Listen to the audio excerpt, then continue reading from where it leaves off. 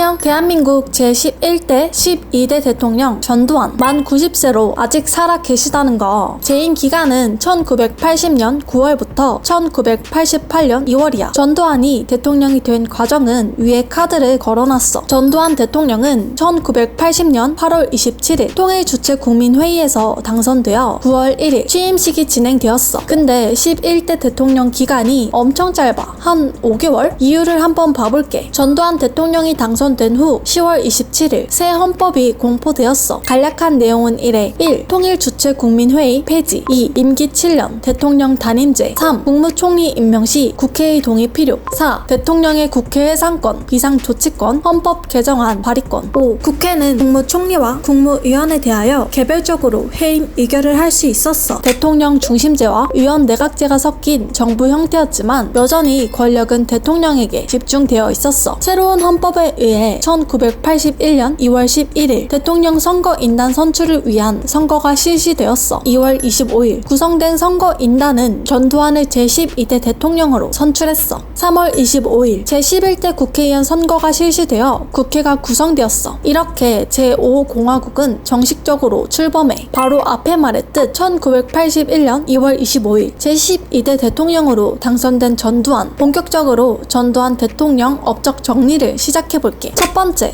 자유와 정책. 제5공화국에서는 국민들의 정치적 관심을 돌리기 위해 3S 정책을 시작했었어. 3S는 스크린, 섹스, 스포츠로 대중들의 우민화를 꾀했다 해서 우민 정책이라고도 해. 하지만 억압되어 있던 국민들에게 자유를 가져다 주었어. 전두환 정권 시절이 들어선 1980년대부터 프로스포츠 산업, 컬러 텔레비전 보급, 포르노 영화가 성행했던 이유가 바로 여기 있지. 전두환 정권은 출범하자마자 1981년 5월 28일부터 6월 1일까지 국풍 81이라는 문화축제를 개최해 군사 정권에 대한 학원가의 저항을 약화시키기 위해 기획되었었어. 그리고 야간 통행 금지 조치도 해제되었어. 1945년 9월부터 37년 동안 계속되었는데 1982년 1월 5일에서야 해제된 거야. 요새 사회적 거리두기로 10시 이후에는 음식점을 못 가잖아. 이때는 대부분 지역이 아예 통행 자체가 안 되었다고 해. 미처 집에 못 들어간 사람들과 방범대원 간의 추격전도 벌어졌었지. 일부 지역을 빼고 야간 통행 금지가 전국적으로 해체된 이후 생활 방식도 바뀌게 돼. 1982년 3월 27일에는 프로야구 개막 경기가 개최되었어. 프로야구는 이때부터 시작되어 지금은 국민 스포츠로 자리 잡았지. 1983년에는 교복 제도가 폐지되고 자유복을 입게 돼. 1980년 9월에서야 성인들의 장발 및 미니스커트 단속 해제에 이어 학생들에게도 자유가 주어진 거야. 하지만 3년 뒤 1986년 2학기부터 학교 재량에 따라 교복 또는 자유복을 입게 했어. 탈선이나 가계 부담도 증가하고 지도에 어려움을 겪었기 때문이겠지? 두 번째, 국도 정비. 한강 종합 개발 사업 1982년 6월부터 86년 9월까지 준공했어. 급속한 산업화로 미관 및 오염 문제를 종합적으로 개선해야 된다는 필요성이 생겼고 서울 88 올림픽 유치를 계기로 더 구체화되었어. 저수로 정비, 시민공원 조성, 올림픽대로 건설, 하수 처리장 건설 등 한강의 수질 문제와 계절 상관없이 수로의 물이 항상 꽉 차서 흐르게 만들었고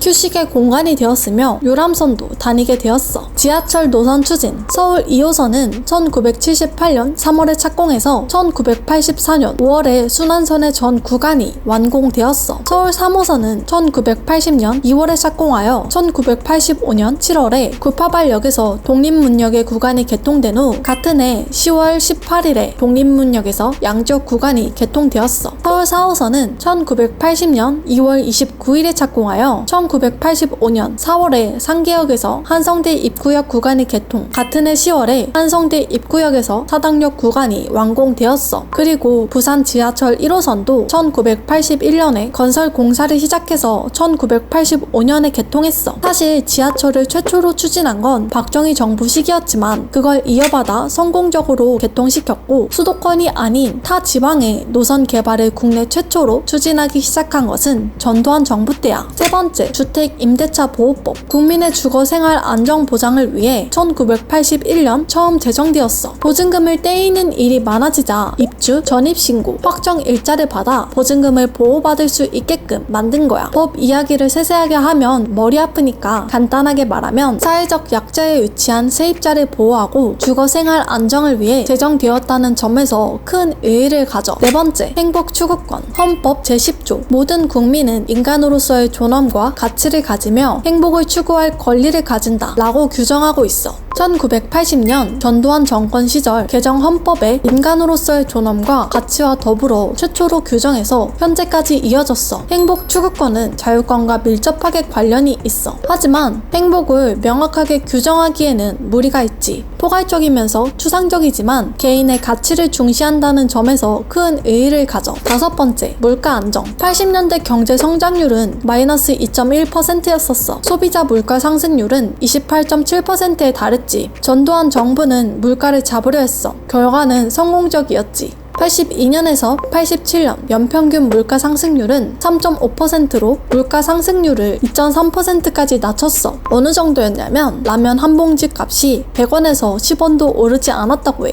치솟던 물가를 눈에 띄게 감소시킨 점은 전두환 정권의 큰 업적으로 평가되고 있어. 여섯 번째, 서울 88 올림픽 개최 확정. 1981년 9월 올림픽 서울 개최가 확정되고 온 국민들의 관심과 기대가 컸어. 그리고 성공적으로 마무리되었지. 그냥 올림픽 개최인데 뭔 업적인가 싶잖아. 대한민국이 아직까지 분단 국가인 거 알지? 이때는 동서간 대치 상황이 계속되었었어. 이런 대치 상황 속 분단 국가인 한국에 세계 여러 나라가 모이게 된 거야. 스포츠를 통한 화합, 화해로 관심이 집중되었었고 세계 평화의 전환점을 마련할 수 있었던 점에서 의의가 있어. 그리고 선진국이 아닌 개발도상국에서 개최되었다는 점도 커. 자, 전두환 정권 시절 업적을 한번 후루룩 봐봤는데 어때? 물론 삼청교육대, 5.18 광주 민주화 운동 등 인권 침해도 만만치 않았어. 결국 전두환 대통령은 물러나게 되었지. 이 과정을 간략하게 말하자면 1987년 1월 14일에 박종철 고문치사 사건이 일어나 학생 박종철을 불법으로 체포하고 고문하다 사망하게 된 사건이야. 조직적으로 은폐하려 했지만 진상이 폭로되고 이는 1987년 6월 항쟁에 중요한 계기로 작용해 전국적으로 민주화 운동이 계속되었고 대규모로 확산되어 가자 6.29 민주화 선언을 발표했어. 대통령 직선제 개헌을 통해 평화적인 정부 이양을 보장한 내용이야. 그리고 나서 대통령 직선제가 실시되었고 노태우 대통령이 취임하기 전까지 재직하였지. 다음 시간에는 노태우 대통령 업적에 대해 알아볼게. 그럼 이만.